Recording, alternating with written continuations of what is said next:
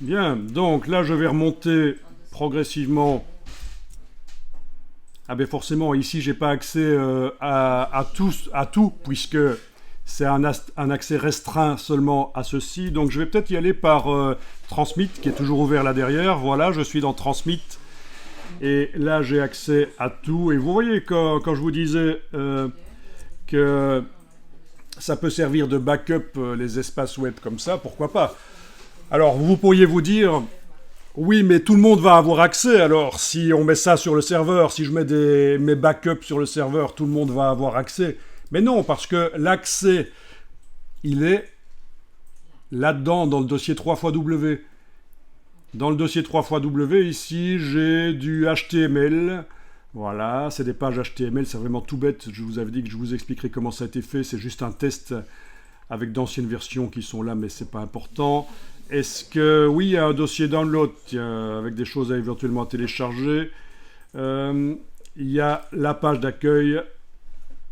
Il doit y avoir certainement aussi du CSS quelque part, mais bon. Donc pour les styles web. Donc voilà, dans le dossier 3xW, c'est là, c'est public.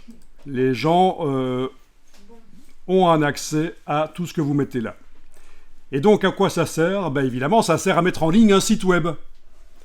Vous avez fait un site web en HTML, CSS.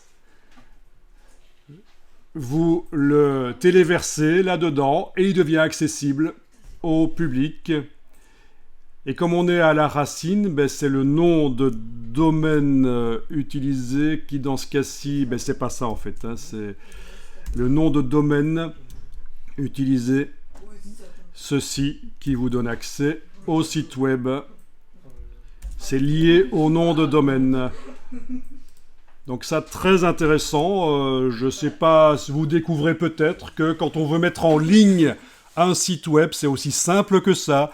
Il faut avoir son espace web.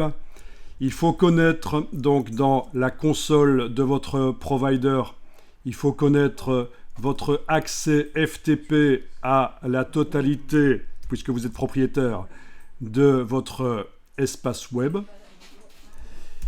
avec votre mot de passe. Il faut utiliser un logiciel FTP pour avoir accès, pas celui-là, celui-là, et vous téléversez votre site web HTML, CSS là-dedans, voilà.